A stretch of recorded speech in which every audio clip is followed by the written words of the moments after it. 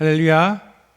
우리 이곳에 오신 우리 모든 성도님들께 주님의 크신 은혜와 함께 하시기를 축복합니다. 오늘은 행함과 진실함으로 라는 제목으로 말씀을 선포하겠습니다. 오늘은 환경주일입니다. 환경에 대해서 함께 생각해 보는 시간이 되었으면 좋겠습니다. 하나님은 말씀으로 세상을 창조하시고 심히 좋았다라고 말씀하셨습니다. 그러나 우리는 그 하나님의 피조 세계를 파괴하고 또 멸종에 이르게 하는 끔찍한 죄를 짓고 있습니다. 산업혁명 이후 전 세계적으로 멸종이 급증을 하여 지금은 생명 다양성이 파괴되는 대멸종 시대로 접어들었습니다. 유엔 사무총장 안토니오 구테우스는 2022년 기후정상회의에서 지구 온도가 계속 올라가고 있다. 그리고 우리 행성 지구는 기후재앙을 돌이킬 수 없는 티밍 포인트, 균형을 깨트리는 극적인 변화의 시작점을 향해 빠르게 다가가고 있다라고 경고하면서 우리는 기후지옥에 가는 고속도로에서 가속 페달을 밟고 있다라고 말했습니다. 그리고 작년 2023년 기후정상회의에서 그는 한 톤 더 높여 인류가 지옥의 문을 열었다. 우리가 위험하고 불안정한 세상을 향하고 있다라고 준엄하게 경고하고 있습니다.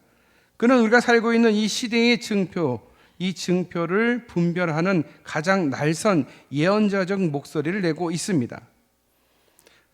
아프리카 노래 제목 중에 센세니나라는 제목이 있습니다. 이것은 우리가 무슨 일을 저질렀는가라는 뜻을 가진 노래 제목인데요. 기후지옥 문 앞에 우리는 센세니나를 되뇌입니다. 탐욕을 부추기는 이 상업자본의 환상이 제공하는 장밋빛의 시력을 잃고 눈부신 풍요를 향한 과도한 욕망이 인류 사회를 이끌어가고 있습니다. 눈이 멀고 귀가 닫힌 인류는 더 발전하면 더 많은 것을 누릴 수 있다라는 그 환각 상태 또는 집단적 관기에 빠져 있습니다. 그리스도인도 예외는 아닙니다. 무질서한 애착과 탐욕에 따라 눈먼 우리들이 하나님의 창조 세계와 생명을 파괴하고 있습니다. 우리는 우리의 탐욕을 극대화시키는 경제, 정치, 종교, 대학 그런 시스템을 의식적 또는 무의식적으로 지지하고 있습니다. 인간이 누릴 경제적인 번영이 곧 진보라는 그 신화에 사로잡혀 하나님의 창조 세계를 무참하게 파괴하면서도 그것을 알아차리지 못하고 깨닫지 못하고 있습니다. 우리가 깨어나 현실을 직시하며 생태적 절망의 시대에 희망을 노래할 수 있을까요? 우리는 환각 상태에서 깨어나 신음하는 피조물들과 함께하는 그리스도인이 될 수 있을까요? 우리는 사도 요한이 말한 말과 혀가 아닌 행동과 진실함에서 생태적 희망을 발견합니다. 행함과 진실함으로 초대하는 예수님의 비유 한 자락을 들어보십시오. 율법 교사가 예수님께 질문합니다. 스승님, 제가 무엇을 해야 영원한 생명을 얻을 수 있겠습니까? 되묻는 예수님께는 그는 예수님을 사랑하고 이웃을 사랑해야 됩니다 라고 대답했습니다. 그러자 예수님은 그에게 내 대답이 옳다. 이를 행하라. 그러면 살리라. 이렇게 말씀하셨습니다. 율법교사는 누가 내 이웃입니까? 라고 되묻습니다. 그러자 예수님이 비유 하나를 들어주셨는데 어떤 사람이 예루살렘에서 여리고로 가는 중에 강도를 만났습니다. 그는 강도에게 가진 것을 다 빼앗기고 맞아 거의 죽을 지경에 이르렀는데 마침 그 길을 가던 제사장이 그를 보았지만 그냥 지나갔습니다. 레위인도 그를 보고 그냥 지나갔습니다. 얼마 후 사마리아인이 그를 보고 치근한 마음이 들어서 그에게 달려가 상처를 치유해 주었고 강도 만난 사람을 나귀에 태워 주막에 데려다 주고 보살펴 주게 했습니다. 우리는 이 대화와 비유 말씀을 통해서 선택과 행동을 요청받습니다. 강도를 만나 신음하는 사람을 보고 그냥 지나가시겠습니까? 아니면 가서 이웃이 되어 주시겠습니까? 제사장과 레위인은 강도 만난 자를 보았으면서도 불구하고 왜 그들을 치료하지 않고 지나갔을까요? 그들은 성전에서 하나님을 섬기며 율법을 지키면서 산 사람들입니다. 그들은 다친 사람을 돕다가 죽기라고 한다면, 또 혹여라도 죽은 사람을 만져서 율법을 어기고 자신이 더러워지는 것, 어기는 것이 싫어서 그냥 지나쳤던 것입니다. 질문했던 율법 교사도 비슷한 입장이었을 것입니다. 예수님은 누가 강도 맞는 자의 이웃인가? 라고 묻고 율법 교사는 자비를 베푼 사람입니다 라고 응답합니다. 강도 만난 자의 이웃은 그를 보고 가엾이 마음이 아파 상처를 바르고 상처에 기름과 포도주를 붓고 싸매어주고 자기 나귀에 태워 여관에 데려다주고 간호해주며 행동한 사마리아 사람이었습니다. 예수님께서 율법 교사에게 말씀하셨듯이 오늘 우리에게도 가서 너도 이와 같이 하라 말씀하십니다. 우리 시대의 강도 만난 자는 누구입니까? 강도 만난 자처럼 목소리도 내지 못하고 방어도 할 수 없이 죽어가는 사람들이 누굴까요? 이 질문에 올바르게 응답하기 위해서 우리도 이웃의 개념을 제대로 이해해야 됩니다. 이웃이라고 하니까 정말 내 옆집 사람을 생각해요. 내가 지나가다가 내 옆집 사람이 다친 것을 보면 당연히 돕겠죠. 근데 여러분, 이웃의 개념은 그것을 훨씬 더 뛰어넘습니다. 모든 피조물로 확장시켜야 됩니다. 오늘 가장 중요한 이야기입니다. 우리 선한 사마리아인은 얘기를 하면서 이웃에 대한 이야기를 할 때 그냥 내 주변에 있는 사람, 내가 보던 사람, 내가 아는 사람, 이 정도가 아닙니다. 우리의 이웃은 모든 피조물을 포함해서 모든 생명, 하나님께서 생명, 살라고 명한 모든 생명에게 다 동일하게 적용되는 겁니다. 모든 생명이 다 우리의 이웃입니다.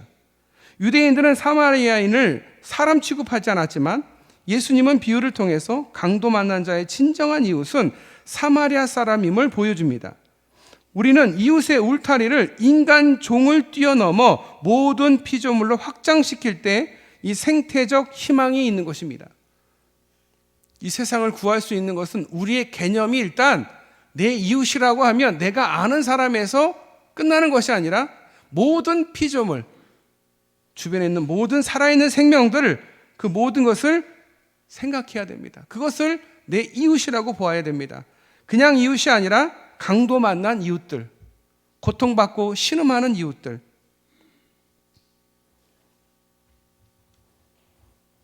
피조물을 이웃으로 대할 수 있는 성경의 가르침과 전통을 찾을 수 있을까요? 하나님은 매 창조의 순간마다 보시면서 좋다라고 말씀하셨습니다. 하나님 보시기에 모든 피조물은 다 하나님 보시기에 좋은 거예요. 하나님이 기뻐하시고 하나님이 사랑하는 것들이에요. 모든 피조물이요. 노아의 언약은 피조물이 하나님 앞에서 이 주체적인 언약 당사자임을 보여줍니다. 이사야 선지자는 인간과 동물 사이의 친밀함으로 메시아 시대를 예언합니다. 동물과 사람이 친밀해지는 시대가 메시아가 오셨을 때 사자와 그리고 뱀이 있는 곳에 손을 넣어도 괜찮은 그런 시대. 시편의 기자는 피조 세계는 하나님을 찬양하는 찬양 공동체임을 노래합니다. 자, 이 시편의 기자가 말하는 피조 세계, 모든 세계의 나무와 모든 생명이 하나님을 찬양한다. 그렇게 시편 기자는 말하고 있거든요. 그 얘기는 우리만 찬양하는 것이 아니라 우리 귀에는 들리지 않지만 모든 피조물들은 하나님을 찬양하고 있습니다. 그래서 그들과 우리는 같은 찬양 공동체라는 거예요. 진짜 그들이 우리의 이웃이라는 거죠. 요한에게 만물은 말씀이 육신이 되신 예수 그리스도를 통해 창조되었습니다. 예수님께서 세례를 받고 광야를 가셨을 때에 사단의 유혹을 받을 뿐만 아니라 마가복음 1장 13절에 들짐승과 함께 계셨다라고 되어 있어요. 예수님께서 들짐승들과 함께 계셨다라고 얘기하고 있어요. 성경과 전통에서 피조물은 단순히 물질이 아닌 우리의 이웃임을 보여주는 예입니다. 예수님이 들짐승과 함께 하셨어요.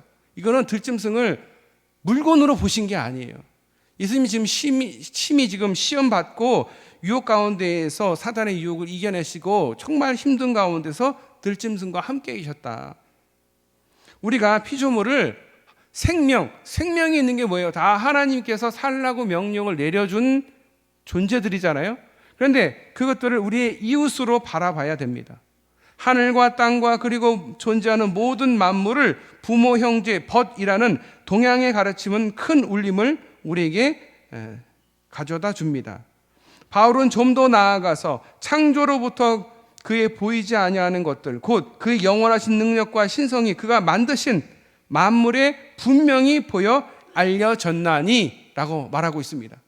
그러니까 하나님이 계시다라는 것을 이 생명을 보면 모를 수가 없어요.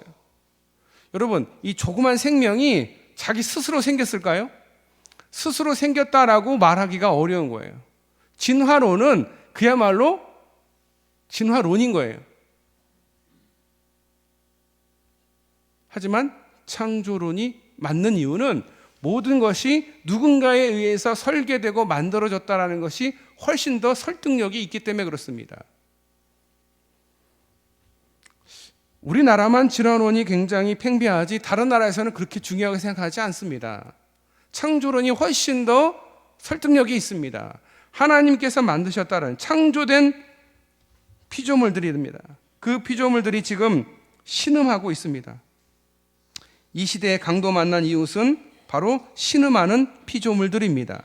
우리의 이웃들은 파괴되고 있습니다. 산림과 모든 오염된 바다, 멸종 위기 앞에 있는 많은 생명종들, 주거지 파괴로 인해서 난민의 삶을 살아가는 기후 난민들. 예를 들어서 인도네시아 같은 경우는 해수면이 굉장히 많이 올라갔어요. 그러지 않아도 살기가 어려운 섬나라인데 해수면이 올라가서 살 수 있는 땅이 너무 줄어들고 그래서 수도를 옮겨야 될 정도로 해수면이 많이 올라갔어요. 왜 해수면이 올라갔어요? 여러분 다 아십니까? 너무 상식적인 건데 뭐죠? 지구가 너무 뜨거워져서 빙하가 녹아버린 거예요. 빙하가 그냥 얼어 있어야 되는데, 그래서 이 지구의 온도를 어느 정도 유지해주고 있어야 되는데 너무 지구가 뜨거워진 거예요. 생각 외로 우리가 환경을 파괴함으로 인해서 지구의 가장 중요한 이 빙하가 녹아서 해수면이 점점 올라간다는 거예요. 점점 더 올라가면 어떻게 될까요? 결국은 사람이 살 수 있는 땅이 존재하지 못하게 되는 거예요. 거기까지 가는 거예요. 우리가 처음에 몇 년 전만 해도 뭐 그럴 수 있지 생각했는데 벌써 몇 년 사이에 해수면이 생각보다 훨씬, 그리고 물 온도도 굉장히 많이 올랐습니다. 동해도 마찬가지. 동해에 지금 오징어가 구하기가 하늘의 별 따기가 됐어요. 옛날에는 흔했던 오징어가 동해의 해수 온도도 굉장히 많이 올라갔거든요. 그래서 기후 난민들이 발생을 하는 거예요. 삶의 터전을 자꾸 잃어버리는 거예요. 기후가 자꾸 변하니까.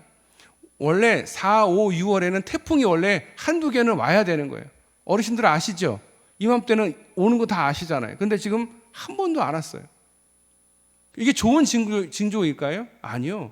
우리나라가 3, 한 4, 5년의 나라가 아니라는 거예요. 이제 더 이상 4계절을 가진 나라가 아니다라는 거예요. 어찌 보면 동남아와 가까워져 가고 있다는 거예요. 올해 기상예보는 이렇게 되어 있더라고요. 훨씬 우리가 더 뜨거운 여름을 맞이하게 될 것이다. 더 많은 물폭탄을 맞게 될 것이다. 이렇게 예상하고 있습니다. 그 결과는 다 어디서 원인이 옵니까? 우리가 환경을 너무 쓸데없이 파괴했기 때문에 그런 거예요. 그 파괴의 결과로 생명들이 아파하고 있어요.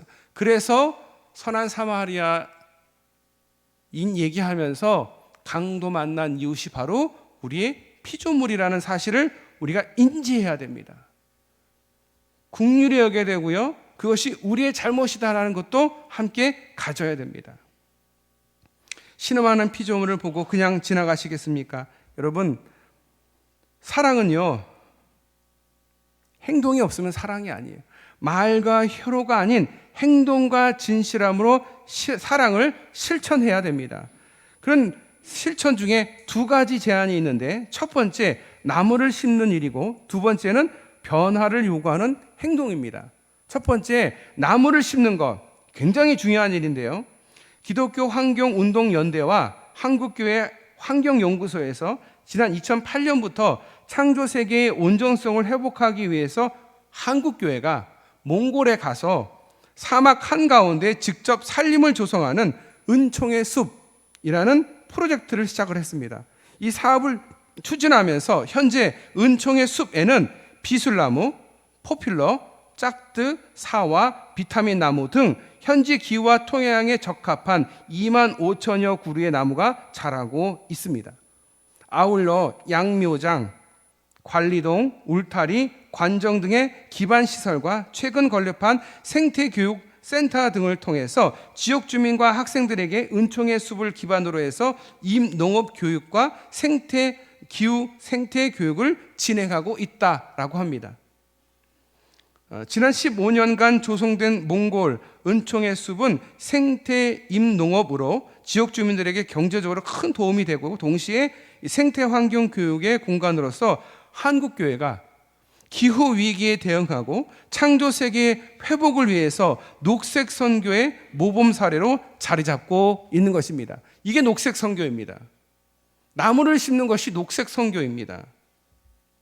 둘째, 생태적 희망은 행동에 있습니다. 그레타 쿤베르라는 이 스웨덴의 환경운동가가 있습니다. 기후 위기에 저항하는 이 환경 활동 운동가인데요. 이 쿤베리는 미래를 위한 금요일이라는 운동을 시작을 했고, 세계의 많은 젊은이들에게 이 기후 변화 반대의 시위에 참가하도록 영감을 주고 있습니다. 쿤베리와 함께 전 세계 수천 명의 젊은 청년들이 미래를 걱정하며 전 지구적 기후 위기의 문제에 대해서 신속한 대책을 요구하고 있습니다. Z세대들은 기후 위기에 민감한 반응을 보이며 자신들의 미래가 지구와 연결되어 있으며 지구를 보호하는 것이 자신의 미래임을 알고 있습니다. 쿤베리는 2018년 12월 COP24에서 연설하기를, 저는 2078년에 75세가 됩니다. 만약 내가 자녀가 있다면 그들은 나와 함께 하루를 보내며 당신에게 아직 행동할 시간이 있는데 왜 아무것도 하지 않느냐 물어볼지도 모릅니다.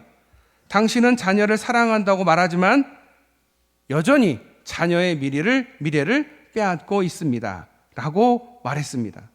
말과 혀로만 사랑하지 말고 행함과 진실함으로 사랑하라는 이 사도의 외침과 같은 맥락의 이야기입니다. 말씀을 마무리하겠습니다. 구상 시인은 노인의 두 일의 강아지만큼 은총에 눈을 뜬다라고 하면서 눈 뜨는 세상은 은총으로 가득하고 모든 것이 새롭고 소중하고 아름답다고 창조의 경이로움을 노래합니다. 그 창조의 경이로운 세상을 우리 눈 뜨고 볼 수 있을까? 그 경이로운 세상을 눈 뜨고 볼 수 있다면 우리는 신음하는 피조물의 이웃이 될 수 있습니다. 사마리아인처럼, 은총의 숲처럼, 쿤베리처럼 우리 그리스도인들은 열린 이 기후 지옥의 문을 닫고 하나님 보시기에 심히 아름다운 지구 공동체로 돌보는 일에 이 생태적 헌신을 해야 하겠습니다. 당신의 마음속에 피조 세계에 대한 아무리 큰 사랑이 있다 할지라도 그것을 행함과 진실함으로 실천하지 않으면 소리나는 구리와 울리는 꽹과리에 불과합니다. 사랑은 말과 혀가 아닌 당신의 진실한 손과 발 그리고 온몸으로 나무를 심고 생태적 전환을 요청하는 것입니다. 생태의 위기 시대를 함께 걷는 우리 그리스도인들 여러분, 행함과 진실함으로 생태적 희망을 되찾기를 주님의 이름으로 축복합니다. 우리가 정말 많은 이 생태적 파괴를 하고 있습니다. 사실은 설교가 훨씬 더 긴데 제가 많이 정리를 했지만, 이 생태적 환경을 이루 말로 표현할 수 없을 정도로 많이 파괴되어 있고 파괴되어 가고 있습니다. 이것을 우리가 무관심하게 생각하면 안 되고요. 우리 그 전에 며칠 동안 그 사순절 금식을 했죠. 우리 생태 환경 금식을 했던 것처럼 여러분들 기억날 때마다 우리 환경이 지금 파괴가 되고 있고 아파하고 있다라는 것을 잊지 마시고, 강도 만난 강도 만난 사람이 바로 우리 피조물, 모든 이 생태 환경, 모든 나무, 바다, 저 태양, 모든 살아있는 그런 존재들을 바라보면서 우리가 선한 사마리아인처럼 그들을 사랑하고 그들을 치유할 수 있기를 주님의 이름으로 축원합니다. 우리 기도하겠습니다. 하나님, 우리 환경주의를 맞아서 다시 한번 우리 환경과 기후에 대해서 생각할 수 있게 하셔서 감사합니다. 정말 우리가 하나님 보시기에 정말 아름다운 이 세상을 자꾸 파괴하고 있음을 주님 앞에 회개합니다. 주님, 이 아름다운 세상을 다시 볼 수 있는, 또 우리 다음 세대에게 온전히 물려줄 수 있는 아름다운 이 세계로 만들 수 있도록 우리가 말로만 하는 것이 아니라 나무를 심고 또 생태적 생각의 전환을 가져올 수 있도록 우리 성도들에게 지혜를 주시고 능력을 더하여 주시옵소서. 우리를 사랑하시고 우리를 구원하신 예수님의 이름으로 기도드리옵나이다.